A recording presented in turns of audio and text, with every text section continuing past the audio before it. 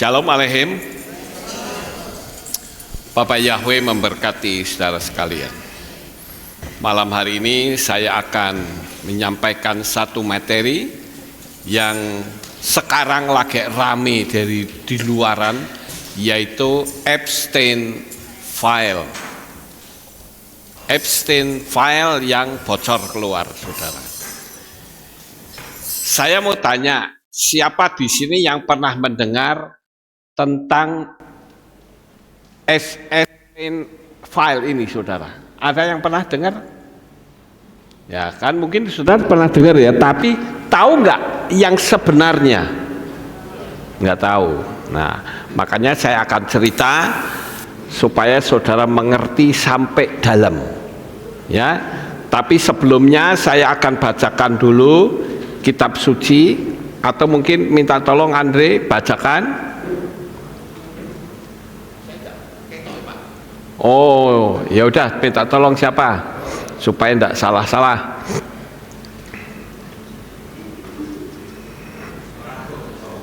Ya, oke. Matius 10 ayat 26.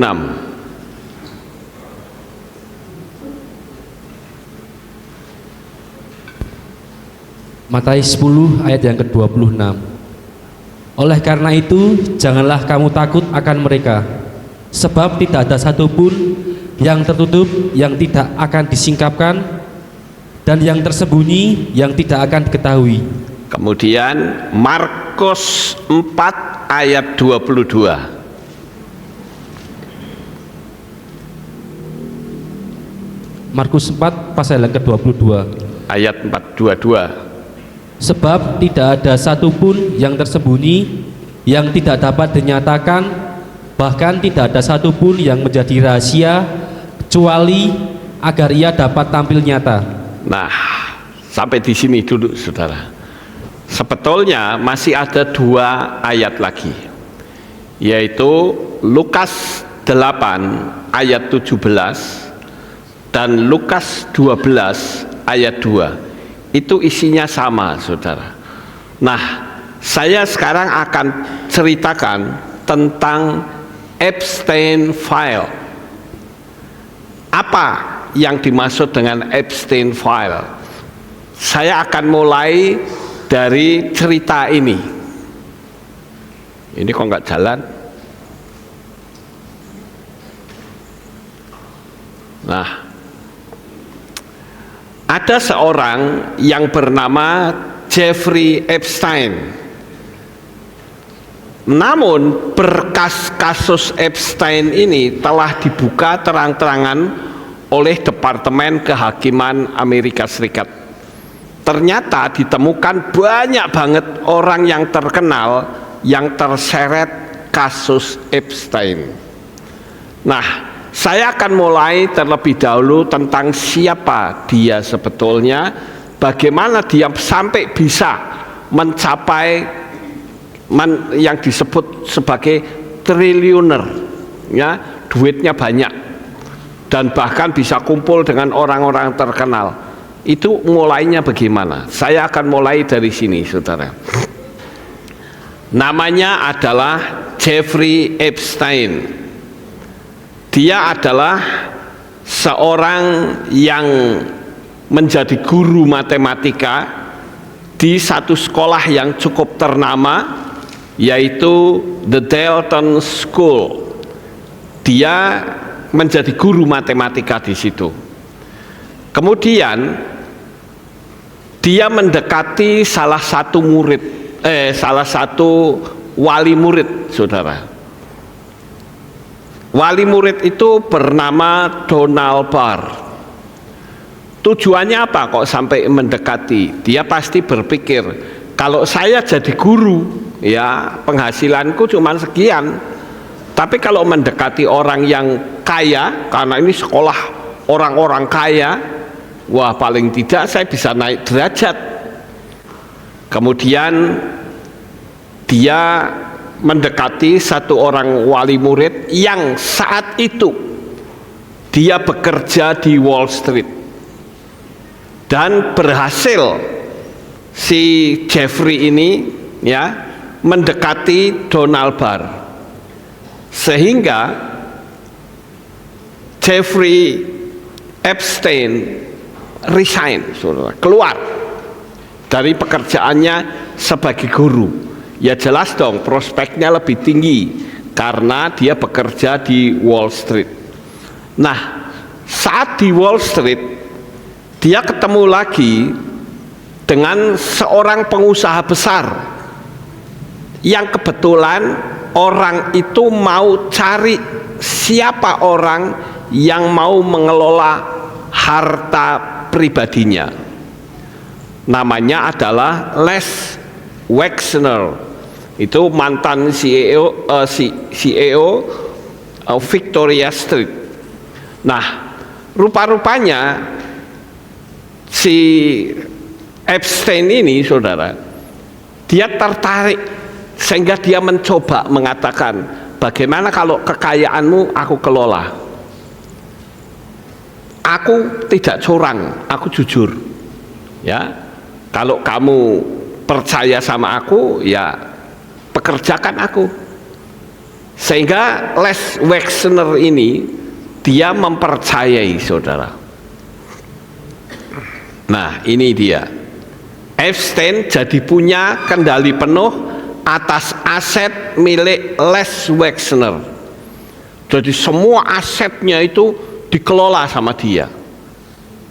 Les Wexner paling cuman hanya kalau pingin butuh dia minta gitu. Nah, tapi yang mengelola adalah Epstein. Kemudian Epstein ini akhirnya diberi rumah mewah di Manhattan, New York. Semakin naik derajatnya, saudara.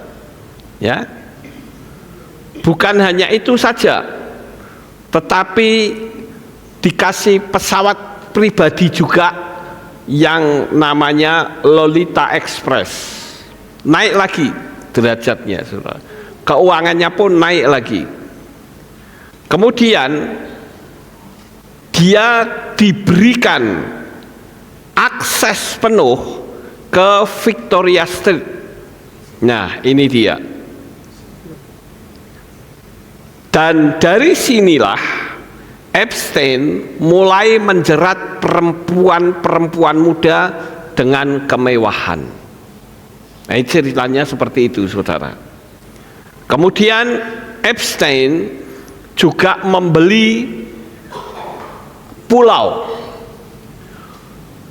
yang namanya Little Saint James, itu di Kepulauan Virginia, Amerika Serikat, dengan harga 7,95 juta US, atau kalau dikurskan uang sekarang 133 miliar rupiah.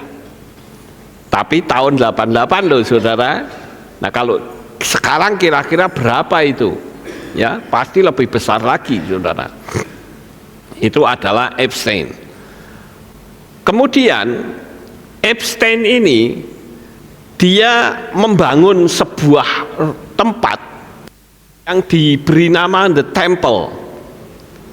Tempat ini sangat misteri karena semua orang tidak boleh masuk sembarangan. Ya, namanya juga pulau pribadi, ya kalau masuk ya pasti akan ketahuan, saudara.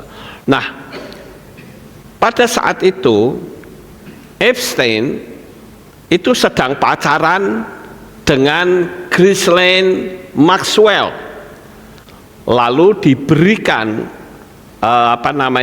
kepercayaan untuk mengurus logistik kepulauan yang saat itu dibeli oleh Epstein. Nah, oleh karena itu sebagai wanita itu dia mulai mengurus. Nah, apa yang terjadi, saudara? Dia mulai mempekerjakan orang-orang lokal di sekitar pulau itu menjadi pekerja untuk mengurus pulau itu dengan aturan tidak boleh bocor keluar. Jadi orang-orang lokal yang dekat dengan pulau itu kan pulau kosong, tidak ada orangnya. Ya, jadi pulau pribadi. Itu orang-orang yang ada di daerah pulau itu direkrut, saudara, dijadikan pekerja, tapi dengan syarat tidak boleh bocor keluar. Segala gerakan, tindakan apapun yang ada di dalam pulau itu orang lain tidak boleh tahu.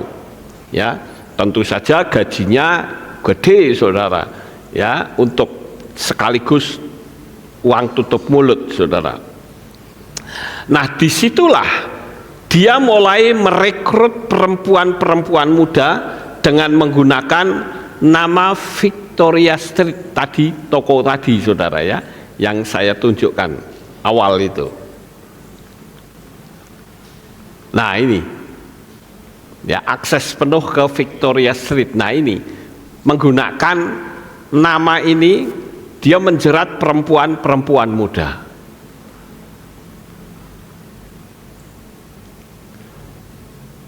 Kita lanjut.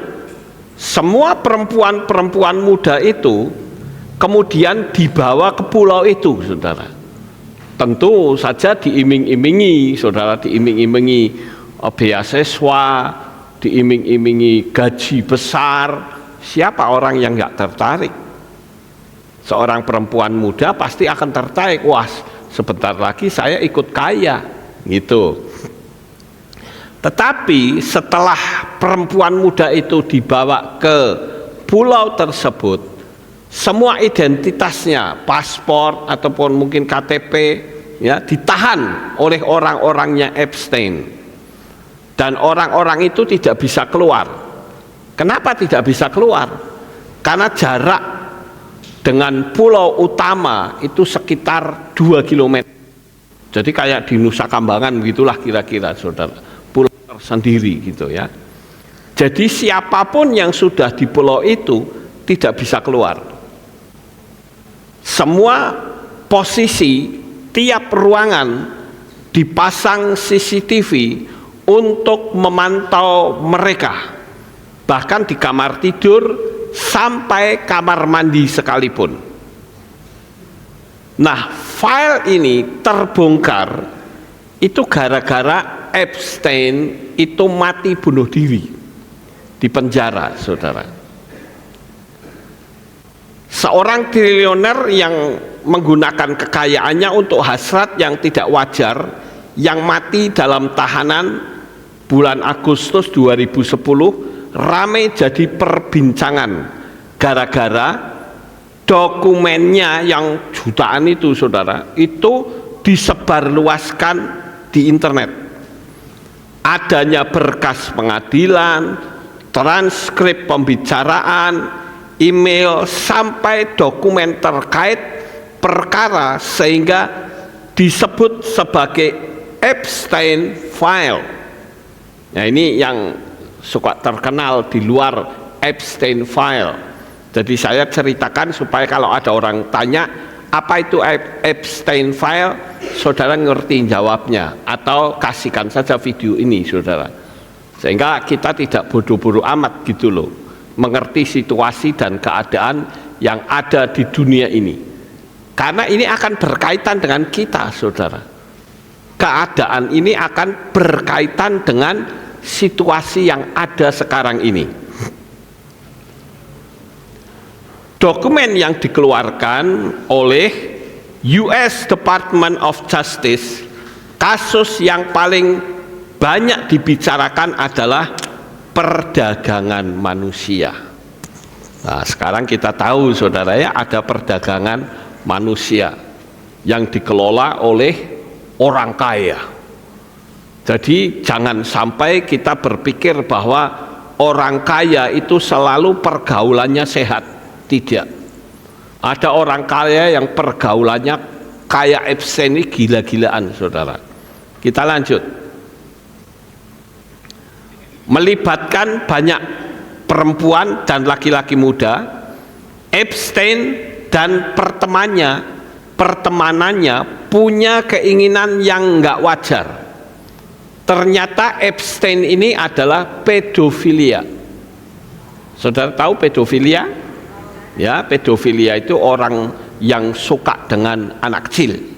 Ya, pedofil, dia seorang pedofilia.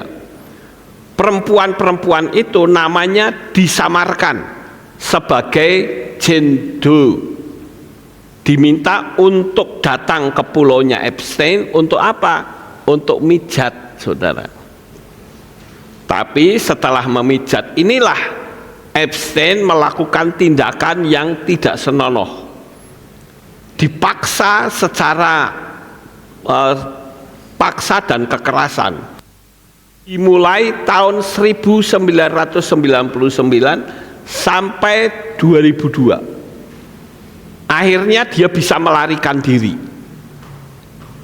Dia melarikan diri dari pulau itu, ya, di mana yang namanya di West Palm Beach, New York, Meksiko, dan di jet pribadinya. Jadi yang namanya Epstein ini kalau mau melakukan hubungan seksual tidak cuma di pulau, saudara, dimanapun dia pingin dia lakukan, bahkan sampai di jet pribadinya pun dia lakukan. Jadi sudah kayak binatang ya, saudara. Kemudian ternyata dia menyewakan para korbannya itu kepada teman-teman bisnisnya. Bahkan dipakai untuk pemerasan itu terhadap seorang profesor yang diperas dengan ancaman dipublikasikan. Jadi korban-korbannya itu dipinjamkan ke teman-temannya. Kamu menyewa nggak? Ada barang bagus nih, gitu. Nah, kalau sudah orang itu ditanya, kamu tadi diapain sama misalnya profesor itu? Oh, saya dibeginian. Profesornya itu diancam. Kok kamu melakukan begini? Kalau kamu tidak bayar sejumlah uang sekian, maka kasus ini akan saya buka keluar. Ya karuan orangnya ketakutan, saudara, profesornya itu. Sehingga ya udah, kita kasih uang aja, gitu. Ini bentuk pemerasannya seperti itu. Mereka menjeratnya dengan mau memberi pekerjaan sebagai model, pelukis, dan lain-lain.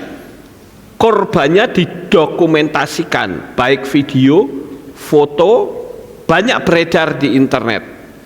Ada seorang korban yang berusia 13. Ini ceritanya, seorang korban berusia 13 ketemu di sebuah camp kesenian dan dia ditawari beasiswa.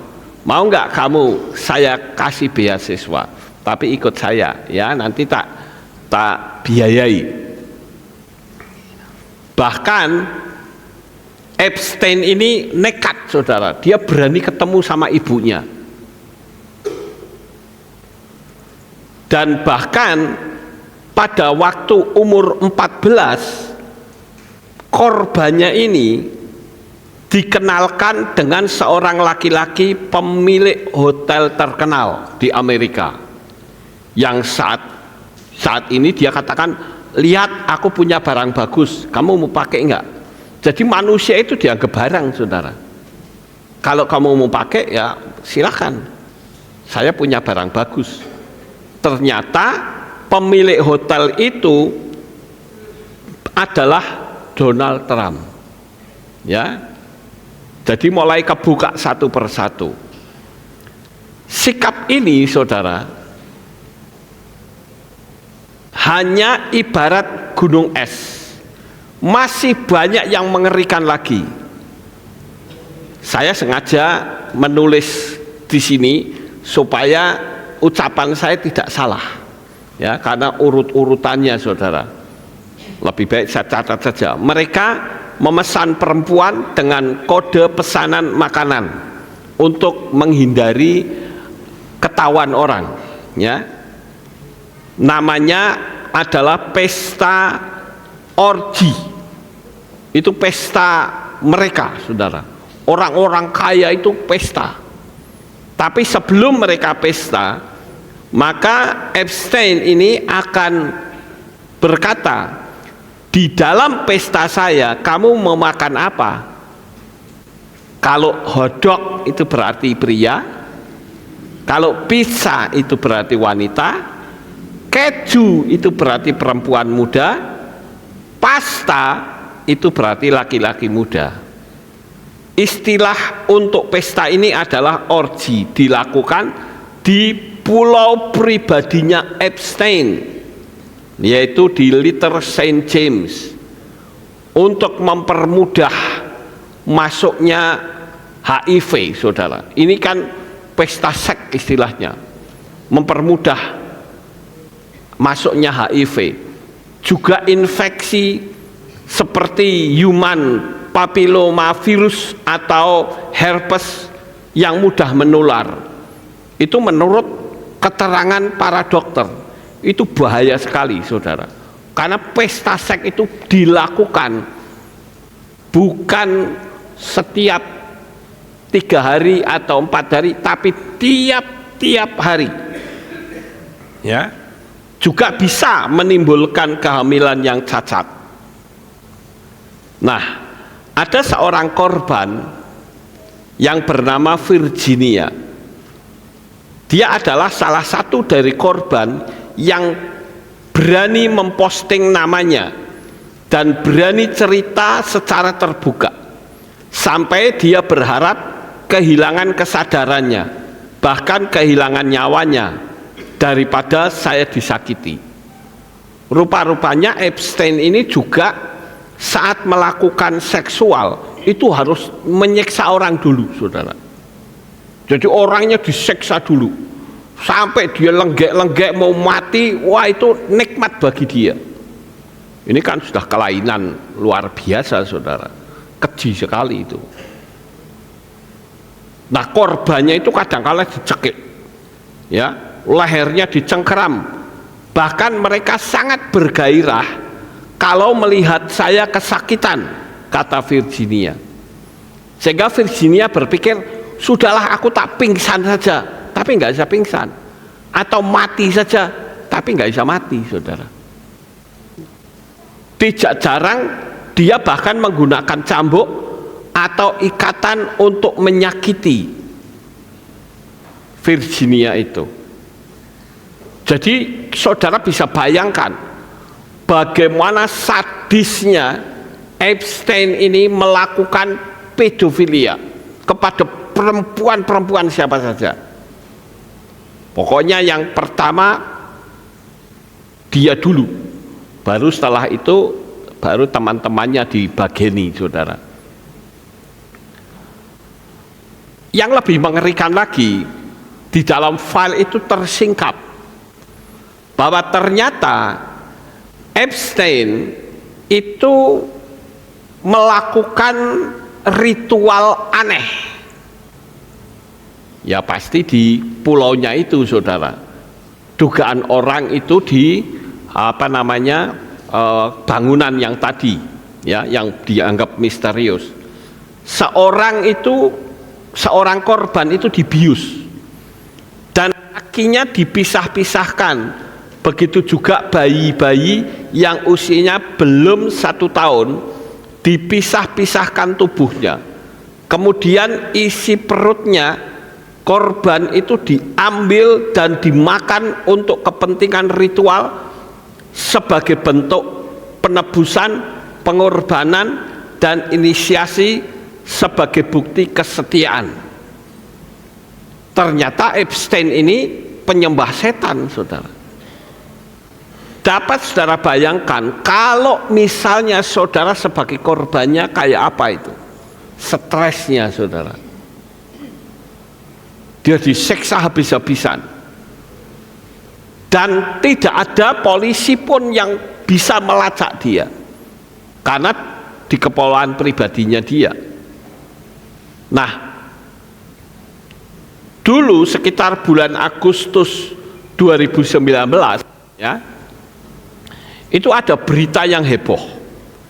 Ada seorang perempuan supermodel yang bernama Gabriela Rico Jimenez yang teriak-teriak di sebuah hotel namanya Vesta Inn di Meksiko. Rupa-rupanya Gabriela ini juga ikut pesta, saudara. Tapi di dalam hotel itu mereka juga melakukan ritual memakan bayi, saudara. Ya, kita lihat dia teriak-teriak di depan hotel, minta tolong orang.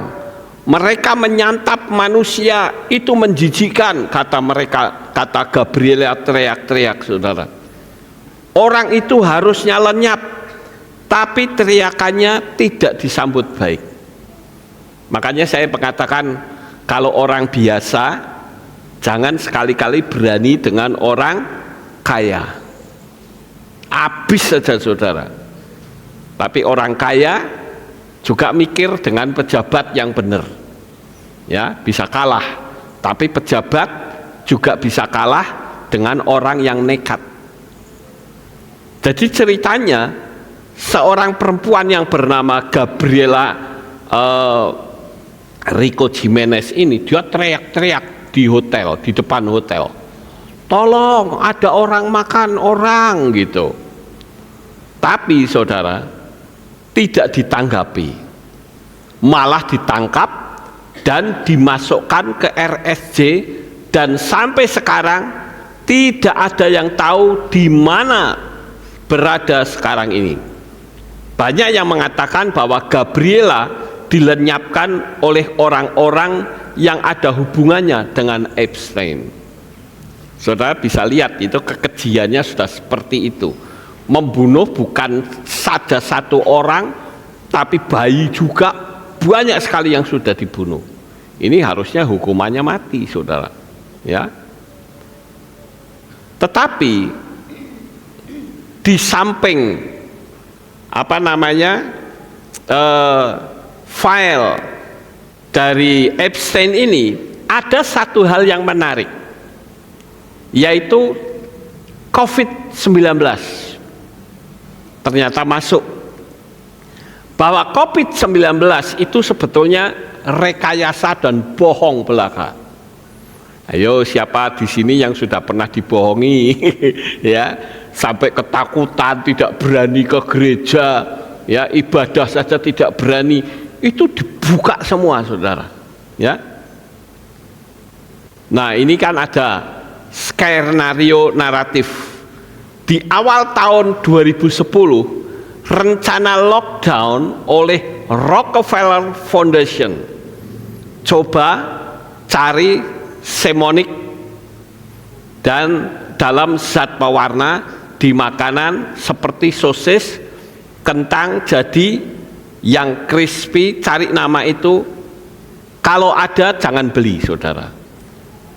Karena rupa-rupanya akhirnya Epstein itu jadi orang kepercayaannya Rockefeller.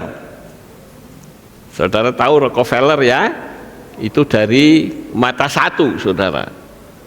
Nah, rupa-rupanya kita melihat di awal tahun 2010 itu terjadi rencana lockdown oleh Rockefeller Foundation. Jadi bukan cuma kejahatan seksual saja, kejahatan pembunuhan saja, tetapi dia bisa mengendalikan dunia ini. Dan anehnya, kepala-kepala negara kayak kayak kerbau dicocok hidungnya, saudara. Lockdown. Indonesia masuk nggak kira-kira? Masuk, saudara. Ya. Bahkan banyak pendeta-pendeta yang dibohongi nurut. Ya. Ini ada konspirasi National Health Security Strategy and Implementation Plan. Itu rencana, sudah ada rencananya, saudara. Jadi mereka itu betul-betul merencanakan dengan rapi. Nah, sekarang sebelum itu terungkap, saudara, kita akan nonton dulu filmnya, saudara. Karena film yang saya putarkan ini adalah seorang ya yang punya Pfizer, ya, vaksin Pfizer. Nah, itu coba kita tonton Ya, baca teksnya. Oke. Being a pandemic, Dennis Rancourt's data shows that the all-cause mortality evidence data did not increase at all in the run-up to the declaration fraudulently by WHO of a pandemic. There is no public health emergency except that created by our governments. A inappropriate, fraudulent PCR test was used to give people the impression that they had a particular disease where they didn't. There were all the normal diseases. And then what happened was, in 3 different ways, people were treated badly through changed medical procedures that were imposed above the level of a nation, briefly, mass ventilation of people inappropriately in hospitals that led to lots of deaths. In care homes, many people were given sedatives and respiratory depressants, which led to their deaths. My PhD was specifically in that area of opiates and respiratory depression. There has not been a pandemic, and in the community, people were denied life-saving antibiotics and died of bacterial pneumonia. There's your pandemic. There is no other pandemic. And based on this lie, we were told that vaccines were coming our way and would be our savior. 2 things. As I say, first, there's no pandemic, so you certainly don't need an experimental or rushed medical intervention. But secondly, even if you did, as someone who's worked in the industry for over 30 years, I am telling you, it's absolutely impossible to invent, test, clinically evaluate, and manufacture and then launch on global scale a complex biomedical product. It's absolutely impossible. It's not as close. It's years wrong. The fastest record prior to this was 6 years. And friends of mine who've worked all their lives in manufacturing of complex and in the complex biological products tell me the methods development alone for the development of a reproducible manufacturing process itself takes a number of years. So whatever it is you think was done, I am telling you there was not the development of a proper medical product. What I think happened was the advancement of materials that are intentionally toxic and then they were sketchily advanced and jammed into people's arms, often coerced, sometimes even mandated, with the unsurprising effect that millions of people have died. So I think having heard what I've just said, that there was no pandemic and the lie was maintained in order to inject people en masse, I think 5.5 billion people, with an intentionally dangerous substance, 17 million of whom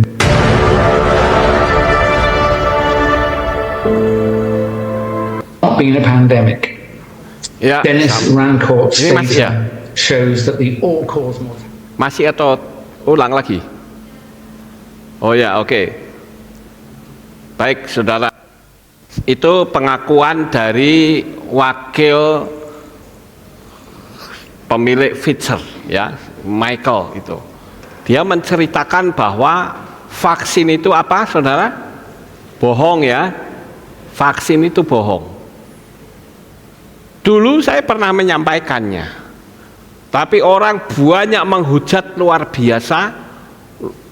Dia bilang, wah Pak Lukas itu orang tidak bertitel kok berani-beraninya ngomong seperti itu, karena yang ngomong ini institusi, padahal sebetulnya itu dibohongi, sehingga orang itu ditakut-takuti sedemikian rupa sampai ke gereja aja tidak berani. Bahkan yang namanya pandemi sudah selesai aja masih pakai popok, saudara. Lucu, kalau saya lihat itu, wah lucu sekali, ya. Ke bank pakai popok. Bahkan ada gereja yang mengatakan kalau kamu belum divaksin tidak boleh masuk. Jadi yang jadi juru selamat itu bukan Yesua, saudara. Yang jadi juru selamat adalah vaksin. Ini Pfizer, saudara. Nanti kita akan lihat Sinovac seperti apa, ya. Mengapa Presiden John F. Kennedy dibunuh? Satu-satunya presiden yang ngerti hal ini ya, tentang konspirasi ini, sehingga perlu dilenyapkan. Dan saya katakan, Amerika, siapapun yang jadi presidennya, negara itu akan tetap jalan. Karena yang mengatur itu bukan presiden, saudara. Presiden itu hanya boneka. Yang mengatur itu si mata satu itu, di belakangnya si Donald Trump atau Joe Biden atau siapa. Bahkan saya mengatakan dulu, saya punya filenya, saya sedang cari kok belum ketemu. Itu ada istrinya Bill Clinton. Namanya siapa sih? Lupa saya. Hillary, ya. Saudara tahu Hillary itu kan sebetulnya wajahnya tidak cakep-cakep amat, saudara. Biasa saja. Tetapi dia itu setiap kali mau tampil mesti minum darah. Saya punya filenya, saudara. Darahnya itu bentuknya bubuk, seperti susu kan bisa bubuk, saudara. Itu darahnya bubuk, sehingga dia minum itu bisa mengubah auranya menjadi cantik, padahal nggak cantik-cantik amat, ya. Nah, oleh karena itu banyak sekali yang dibohongi, termasuk di Kota Magelang. Banyak yang dibohongi dan nurut, pendeta-pendeta juga nurut, ya. Ini masa COVID. Nah, ini masa COVID. Pada saat saya didatangi oleh pejabat-pejabat itu semua pakai popok semua, saudara. Yang tidak itu cuma saya. Saya menentang masalah ini, ya. Dan saya buktikan iman saya, bukan cuma ngomong. Tadi berita apa? Takut. Lah sing ditakuti apa? Nggak ada pandemi itu. Wong itu flu biasa kok. Tapi karena orang itu dibikin takut, sehingga imunitas tubuh kita itu turun, saudara. Lah kalau imunitas tubuh turun, ya penyakit apapun pasti bisa masuk, saudara. Nah ini coba lihat, mereka semua pakai popok, saudara. Mereka datang ke sini, sempat tanya sama saya, kok Pak Lukas nggak pakai popok? Saya bilang nggak ada virus di sini. Ya. Kenapa mesti takut? Saya bahkan pernah mengunjungi satu jemaat yang katanya suaminya mati kena virus. Mereka harus pakai pakaian APD. Saya datang ke rumah sakit itu, saya katakan kepada subscriber ini, saya bilang, "Cik, kenal saya enggak?"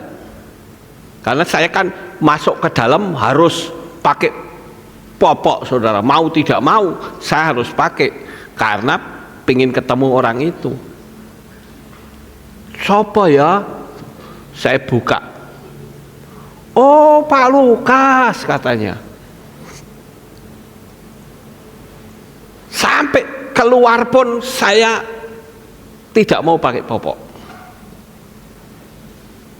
Kalau saudara mungkin masih ingat ini, ingat tidak saudara? Ayo, ini adalah pas meninggalnya suaminya Siska, ya, Krisdianta, ya. Coba saudara, masing-masing pakai pakaian kayak planet begitu. Buh, ini apa saudara, pakai planet gitu, ketakutan. Saya cuman pakai kaos saja.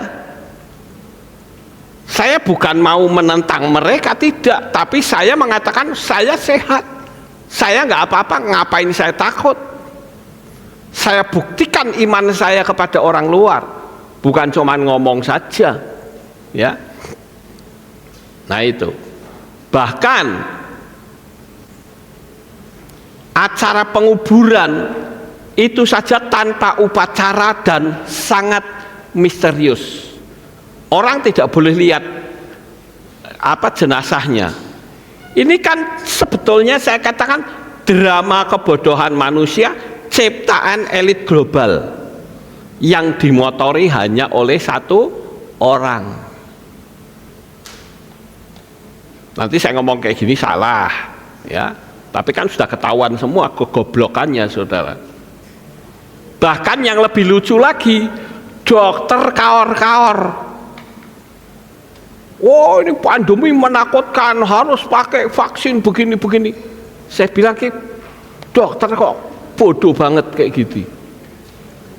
Bahkan menjadi agen, atau mungkin dia sudah dibayar, saya juga tidak tahu, saudara. Saudara boleh tahu lah, carilah di internet berapa tahun lalu akan ketemu itu dokter. Saya nggak perlu sebut namanya, saudara. Tapi kaor-kaor, ya, mengatakan orang yang tidak mau pakai popok, tidak mau vaksin itu goblok katanya. Sekarang terbukti yang goblok itu siapa? Sekalipun saya ini sebagai gembala, tapi saya tahu dari data-data yang saya dapatkan, isinya vaksin itu apa. Lah kok orang digobloki kok mau, saudara? Ini salah satu bukti dengan penguburan seperti ini.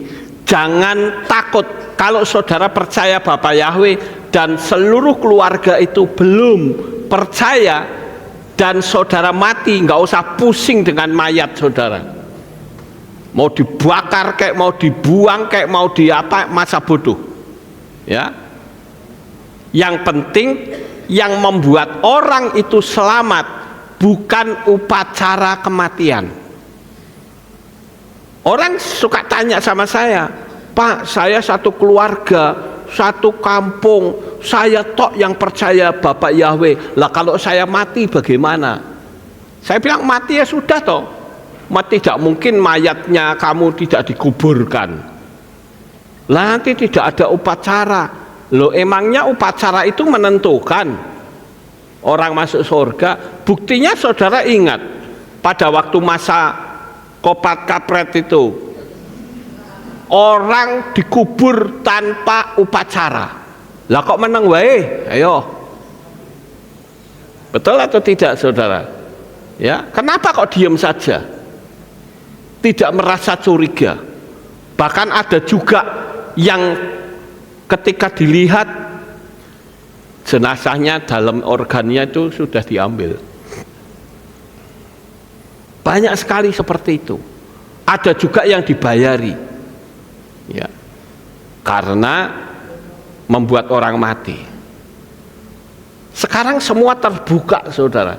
Apalagi dengan Epstein File.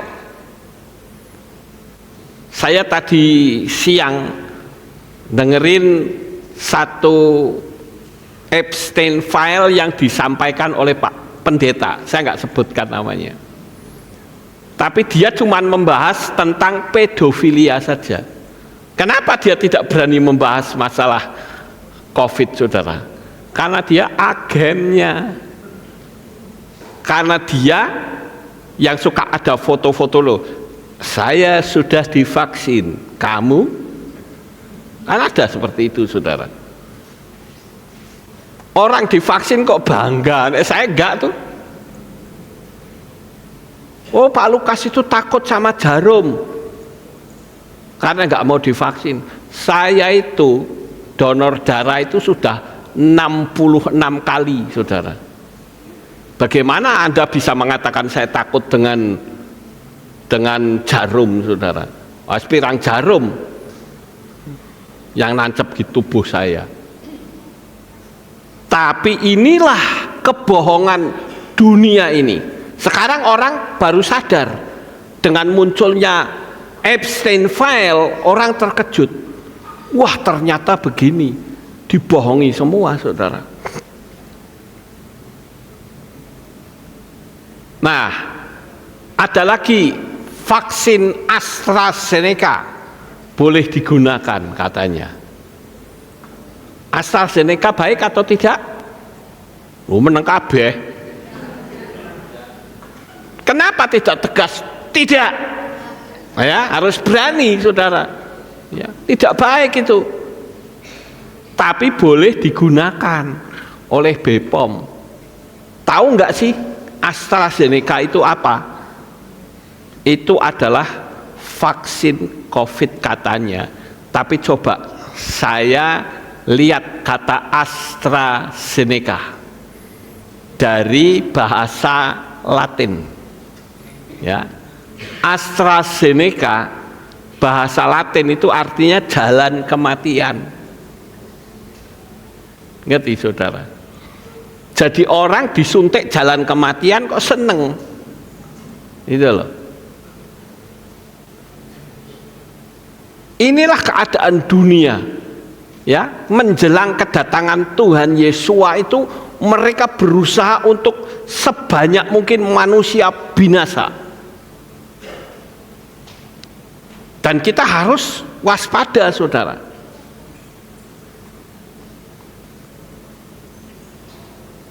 Proyek Epstein menciptakan transhuman bayi, rekayasa genetika, dan manusia cloning. Nah itu gila lagi, saudara. Orang disuntik, yang perempuan itu bisa berubah jadi laki, yang laki bisa berubah jadi perempuan. Bahkan ada dokter Israel perempuan yang saya cari videonya sudah hilang. Dokter itu mengatakan, misalnya suaminya tidak divaksin, suaminya divaksin, istrinya tidak, ternyata kalau melakukan hubungan seksual istrinya kena, saudara. Sama saja dengan istrinya divaksin. Nah ini kan sesuatu yang mengerikan, karena vaksin itu kan apa namanya, nanobotnya itu kan ukurannya ukuran nano. Dia bisa tinggal di sini, bisa tinggal di sini, bisa tinggal di otak. Tapi melalui apa? Salah satu di antaranya adalah melalui hubungan seksual. Hati-hati, saudara. Saya temukan itu pada waktu saya melihat video dari Israel. Kemudian tentang lab metabiodata yang dijadikan tempat eksperimen ilmuwan atas nama sains hasil pembantaian bayi-bayi untuk bahan pembuatan vaksin.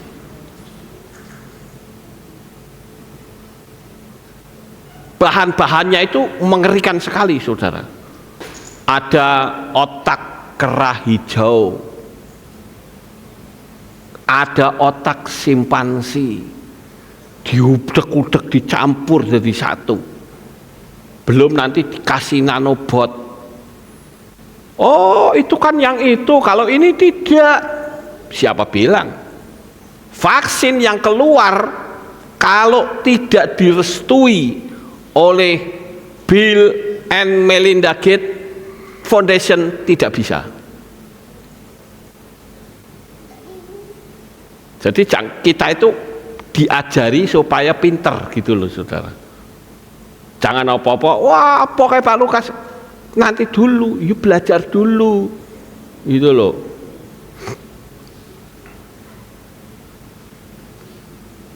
Dana untuk bayi hasil rekayasa genetika dan manusia cloning itu melibatkan Bill Gates loh, saudara. Bill Gates itu bukan dokter. Bill Gates itu adalah seorang pedagang, istilahnya itu bisnismen.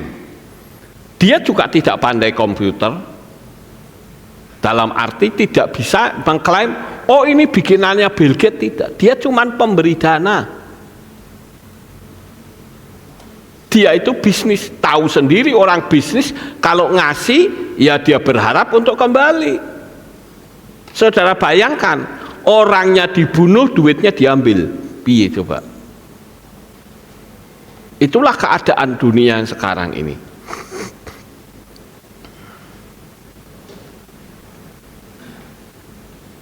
Pengujian pada tikus di laboratorium saya di Ukraina, pembedahan dan mikroinjeksi, seorang amatir di Mississippi telah menguji modifikasi permanen pada manusia. Pernahkah saudara berpikir orang pertama kali yang divaksin itu di mana sekarang? Itu sudah pindah alam.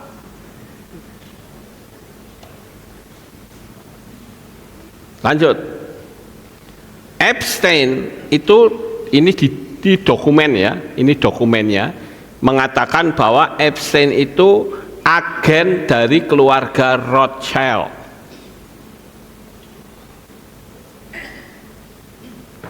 Ini file Epstein 2017, pandemi adalah rekayasa elit. Ketahuan kan sekarang?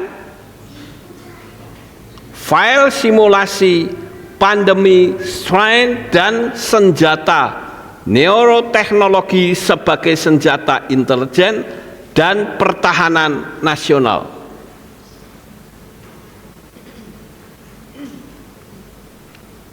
Kita lanjut. Ini pernah saya spill di Destroy tahun 2024 lalu tentang proyek bayi rekayasa genetika dan manusia cloning transhumanisme. Wah, ini sudah gila saudara. Jadi DNA manusia itu betul-betul diacak-acak. Melalui apa? Ya melalui vaksin itu. Melalui percobaan-percobaan saudara. Sama seperti kasus pada waktu zamannya Noah. Itu DNA diacak-acak oleh para raksasa, malaikat-malaikat yang menyetubui 200 perempuan sehingga terjadi rekayasa genetikanya rusak sehingga Tuhan memusnahkan bumi ini dengan air bah. Ini saudara nanti bisa baca ya. Ini Epstein. Seperti yang mungkin Anda ketahui, saya mewakili keluarga Rothschild. Saya akan berada di Eropa lagi tanggal 20-28, kemudian ke pulau. Jadi jika Anda ingin berkeliling dunia ke arah barat, datanglah ke pulau. Dibuka ya, filenya dibuka. Nah ini salah satu filenya juga. Hilangnya kromosom Y. Ini yang saya tadi katakan DNA-nya diacak-acak saudara. Studi yang Anda baca mungkin menunjuk pada fakta bahwa kromosom Y manusia memang telah menyusut selama jutaan tahun, namun kerusakan epidemik akibat polusi dan gaya hidup modern mempercepat proses ini. Paparan kimia yang kita bahas tadi bisa menyebabkan kerusakan pesan pada DNA yang diturunkan ke generasi berikutnya. Saya kasihan pada waktu yang lalu ada orang divaksin, anaknya cacat saudara, anaknya cacat. Jadi orang kawin kan dikatakan kalau kamu tidak divaksin nggak boleh minta surat. Ya, divaksin ya sudah, ini vaksin nggak apa-apa. Pada waktu divaksin lahir anaknya cacat, nggak ada mulutnya sini, bolong sininya. Coba saudara bayangkan kalau saudara harus memelihara anak cacat. Bagaimana saudara? Sangat mengerikan sekali. Apa yang saya temukan di file Epstein, bagaimana menghasilkan uang dengan membuat fenotype laki-laki menjadi lebih feminim. Jadi nanti ciptaan mereka itu laki-laki jadi melambai, sudah jalannya melambai-lambai. Kan ngeri sekali, saudara. Begitu juga yang perempuan tomboy.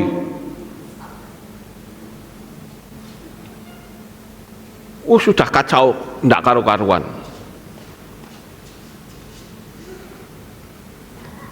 Baru saja keluar laporan investigasi jaringan bersatu untuk perdagangan seks anak secara global, Epstein, PBB, dan bahkan melalui Patreon.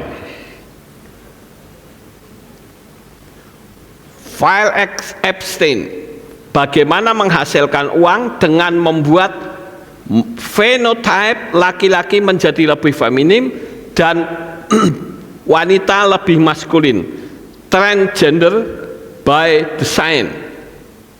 Sadari, usia 3 tahun disunti'i, saudara. Sekarang saudara mikir aja, dipikir secara logika. Kalau misalnya kita pergi ke puskesmas, kita sakit, kita diberi obat, bayar atau tidak, saudara? Bayar. Lah ini suntikan kok ora dibayari, malah dikei helm, dikasih minyak, dikasih beras. Loh kok remeh amat? Ya. File Epstein, bagaimana menghasilkan fenotype laki-laki menjadi lebih feminim, testosteron rendah, dengan kontrol molekul yang lebih besar atas perkembangan kita, semakin mampu menghasilkan fenotype baru, pria yang lebih feminim dengan memblokir reseptor testosteron atau kastrasi, dan pada saat yang sama meningkatkan produksi estrogen. Yang satu memblokir ciri-ciri pria, yang kedua mendorong ciri-ciri wanita. Jadi sudah makin tidak karu-karuan, saudara. Jadi dunia ini akan dikendalikan. Saya berpikir loh, Rothschild itu umurnya bukan 50, sudah 80-an, mambu tanah, saudara. Kok isik pingin urip bae, ya, pingin hidup, pingin menguasai dunia ini, wis bau tanah kok. Kalau saya perhatikan, ini permainan orang-orang kaya, ya. Ini juga, ya, itu yang digarisi merah, ya, jadwal suntikan yang padat atau logam sebagai ajudan. Nanti saudara boleh baca ini sendiri, di pause, ya, apa namanya, videonya, supaya enggak terlalu lama. Ringkasan dampak pada tubuh, nah itu ringkasannya sudah ada. Kemudian, kalau saudara melihat di sini, ada seorang Menteri Kesehatan, Menkes Budi Gunadi Sadikin, ia mengungkapkan mulai tahun 2027, anak laki-laki usia 11 tahun akan menerima vaksin human papillomavirus atau HPV.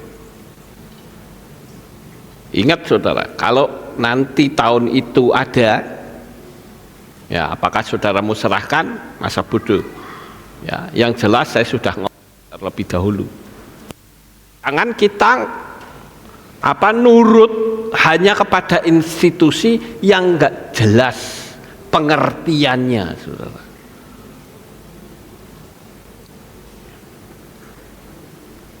Ini mereka sudah merencanakan. Saudara lihat itu yang merah-merah ya, itu ada pemaksaan vaksin. Kemudian itu GMO, itu makan bergizi gratis. Ya. Kemudian ada lagi peta ini. Ya. Ini kalau diterangkan panjang, saudara. Tapi ini sangat berbahaya sekali. Saya bahkan tadi melihat ada logo yang berantakan tetapi punya arti, saudara. Nah, kalau begitu kesimpulan kita bagaimana? Kesimpulan saya, yang pertama, jangan kagum dengan orang sekalipun terkenal belum tentu dikenal di Samayim. Jangan kagum, saudara. Saya termasuk orang yang tidak terlalu kagum dengan orang. Mau orang kaya kayak mau orang enggak kagum saya. Podo wae mangani sego. Ya. Dan juga saya katakan di poin pertama ini, pergaulan orang kaya itu tidak selalu sehat. Pergaulan orang kaya bisa saja keluar dari jalur, ngawur, saudara. Jadi komunitas yang tepat adalah komunitas seperti ini, komunitas rohani yang siap menantikan kedatangan Tuhan yang kedua. Itu baru komunitas yang sehat. Yang kedua, jangan silau dengan orang kaya karena kekayaannya bisa digunakan untuk hal-hal yang jahat. Banyak orang yang merasa silau dengan orang kaya. Wah, aku pingin kayak gitu. Boleh-boleh saja. Tapi ambillah dengan cara yang baik. Kita sudah punya hukum loa, bukan? Kenapa kita tidak pergunakan hukum loa?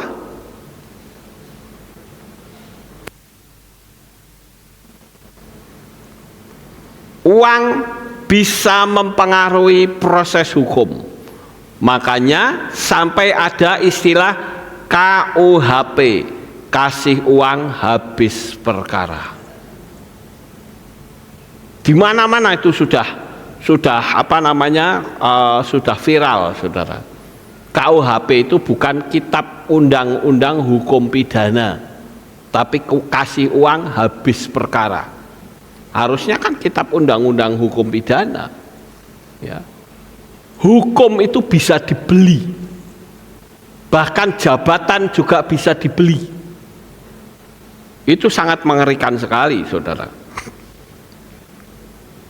Yang keempat, pesta seks dengan iming-iming dengan materi untuk masa depan.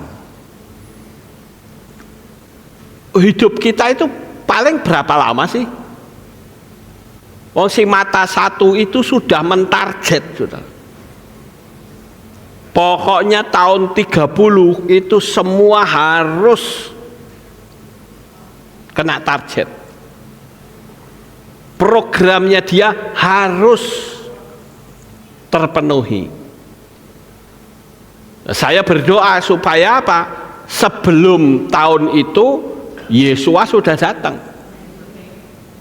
Saya percaya kalau Roh Kudus itu tidak tega melihat anak-anaknya dianiaya dalam istilah the Great Tribulation. Jadi sebelum peristiwa the Great Tribulation, kita pasti sudah diangkat kepada Tuhan, yaitu rapture, saudara. Jadi jaga iman kita dengan baik, benahi kehidupan kita mumpung kita masih ada di dalam dunia ini, masih ada kesempatan. Benahi iman kita. Kalau yang nggak beres, beresin. Waspadalah bila ada orang yang sok akrab di umum. Nah, ini cara Epstein itu menjerat perempuan-perempuan, dia sok akrab, saudara. Kemudian dikasih duit, dikasih apa? Siapa orangnya yang nggak senang dikasih duit? Saudara, dikasih duit juga senang. Tapi syaratnya apa dulu? Ya, kalau dikasih duit tapi tanpa syarat, baru saudara boleh terima.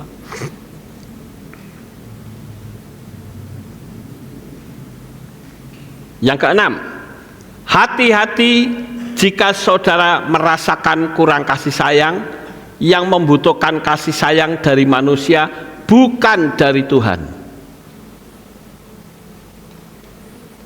Kita harus punya prinsip, siapapun manusia yang tidak mengasihi kita, tidak peduli dengan kita, jawabannya satu, emang gua pikirin. Yang penting Tuhan itu sayang dengan saya. Amin. Jangan kalau kurang kasih sayang, wah gelisah kayak cacing kepanasan. Kalau kurang kasih sayang, biarkan Bapak Yahweh itu mengasihi saudara. Roh Kudus itu mengasihi saudara. Cukup bagi saya. Nggak perlu silau dengan kasih sayang orang lain. Kalau ada orang yang memang mengasihi kita, puji Bapak Yahweh. Kalau tidak, emang gue pikirin.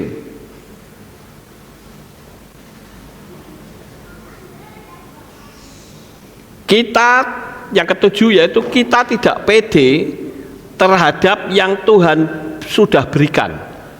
Mengelabui orang dengan vaksin yang menyehatkan dan jadi juru selamat manusia, bukan Tuhan.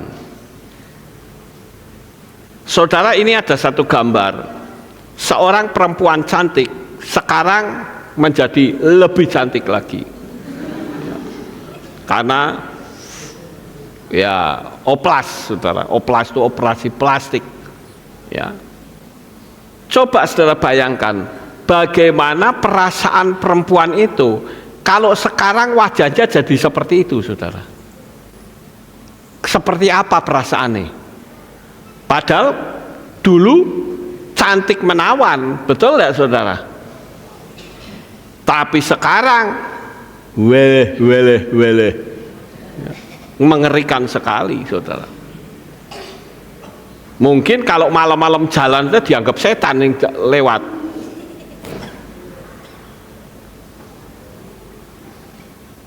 Yang kedelapan, mereka menebar ketakutan dengan mensosialisasikan program mata satu. Apakah saudara adalah orang yang mau dibodohi itu? Kebenaran diabaikan. Dulu yang paling utama, saya ingat betul, banyak orang yang kualah ketakutannya luar biasa, seolah-olah dunia ini sedang kedatangan monster.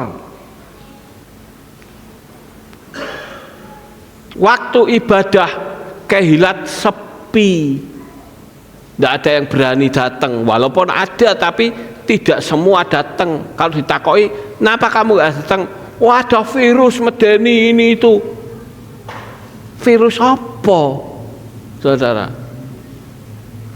Orang ditakut-takuti luar biasa, seolah-olah lebih takut suasana seperti itu daripada takut suasana hadirat Tuhan.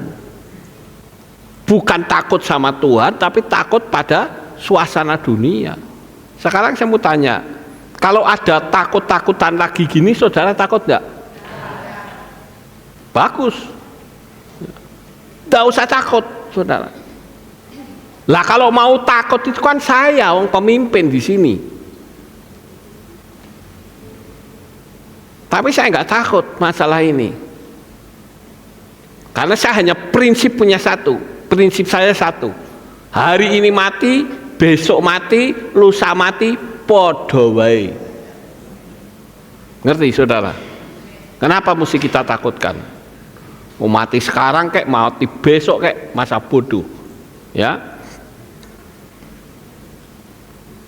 Yang ke-9, Jangan berhubungan dengan orang yang seperti Epstein. Bisa jadi saudara akan tersangkut dengan kasusnya. Ternyata setelah file Epstein ini dibuka, ada nama-nama orang Indonesia tercantum di dalamnya. Saya nggak perlu sebutkan namanya. Tapi nama-nama orang Indonesia yang terkenal dan punya kedudukan tercantum di Epstein file. Mengerikan sekali, saudara. Ya. Saya katakan, dengan bongkarnya Epstein ini, saya mengambil kesimpulan, serapat-rapatnya bangkai pada akhirnya akan tercium juga. Amin. Bangkai ditutupi tetap jeblos, saudara. Nggak usah lah, wong durian bisa ditutupi pakai plastik, bocor kok. Durian loh. Apalagi bangkai, saudara. Ya. Yang ke-11, yang terakhir. Setan sudah terang-terangan menghancurkan manusia sebagai ciptaan yang mulia. Mengapa kita masih santai dalam kerohanian? Menyesal di kemudian hari sia-sia, tidak ada artinya. Sekarang ini yang paling harus kita lakukan ekstra ketat, yaitu lebih sungguh-sungguh dengan Tuhan. Amin buat firman Tuhan. Sukses besar untuk saudara. Haleluya. Mari kita tunduk kepala. Terima kasih Bapak Yahweh, selesai sudah pemberitaan firman-Mu. Biarlah melalui Epstein file ini, kami bisa mengambil kesimpulan bahwa tidak ada sesuatu di dalam dunia ini yang tidak terbongkar, yang dirahasiakan oleh manusia. Inilah saatnya Bapak Yahweh ingin menunjukkan kuasanya kepada kami. Terima kasih Bapa, di dalam nama Adonai Yeshua HaMashiach kami sudah berdoa. Amin. Lihat ada Shalom. Oh ya. Berjumpa kembali dalam Aleph Tau Update News. Berikut pengumuman minggu ini. Hadirilah perayaan Purim yang akan dilaksanakan pada hari Selasa 3 Maret 2026 pukul 6 sore dengan tema Yahweh Sang Pembebas. Ibadah Rabu digabung Selasa. Demikian pengumuman minggu ini. Sampai jumpa di Aleph Tau Update News selanjutnya. Bapak Yahweh memberkati. Ya, itulah pengumumannya. Kita akan akhiri kebaktian kita. Mari Bapak Ibu Saudara kita bangkit berdiri, kita tutup dalam doa. Terima kasih Bapak Yahweh, selesai sudah ibadah kami dari awal, pertengahan hingga sampai akhirnya. Sebentar lagi jemaat-Mu akan kembali pulang ke rumah mereka masing-masing. Jaga, lindungi, peliharakan mereka sampai di rumah dengan selamat. Pertemukan kembali pada jam-jam ibadah mendatang di dalam ikatan tali kasih-Mu. Terima kasih Bapa, di dalam nama Adonai Yeshua HaMashiach kami berdoa. Mari kita angkat tangan kita dan kita akan menerima birkat Kohanim. Haleluya. Yefare keka Yahweh wa yismereka.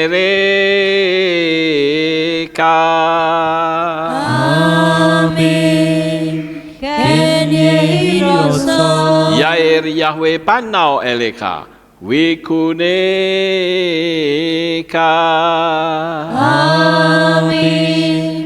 Ken yehiroso. Yesa Yahweh panau eleka Weyashem lecha shalom. Amin. Ken yehiroso. Baruk ata paer ufaruk ata besadeh, diberkatilah engkau di kota dan diberkatilah engkau di ladang. Amin. Baruk peripit neka ufri atmatka ufri fahem teka shikar ala peka wa estorot soneka. Diberkatilah buah kandunganmu, diberkati hasil bumimu dan hasil ternakmu, anak-anak lembumu dan anak-anak dombamu. Amin. Baruk tanah kaum misyarteka, diberkatilah bakulmu dan tempat adonanmu. Amin. Baruk ata bawaika ufaruk ata betseteka, diberkatilah engkau pada waktu masuk dan diberkatilah engkau pada waktu keluar. Amin. Baruk ata Yahweh Elohenu melek haolam, Besem Yesua Hamasya Waruah HaKodes Kile Olam Faed. Kami sudah berdoa dan mengucap syukur. Amin. Amin. Haleluya.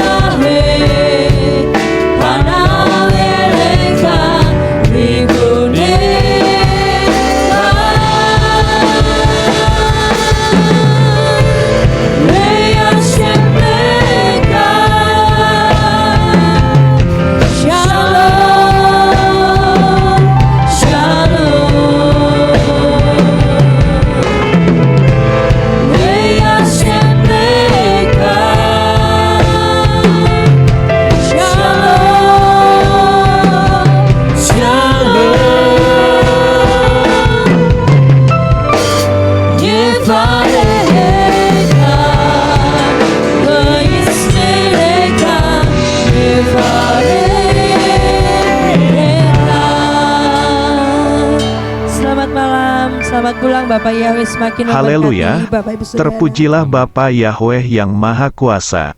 Terima kasih atas kehadiran Bapak Ibu Saudara sekalian dalam ibadah bersama kami di Kehilat Alef Tau Magelang.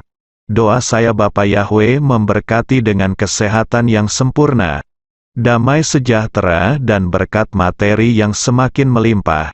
Kami menunggu kembali kehadiran Bapak Ibu Saudara sekalian pada jam yang tersedia. Hari Sabat jam 5 pagi, hari Minggu jam 6 pagi, hari Rabu jam 6 sore. Siap sedialah sebagai mempelai Hamasya untuk menyambut kehadiran mempelai pria kita yaitu Adonai Yeshua Hamasya di awan-awan yang permai.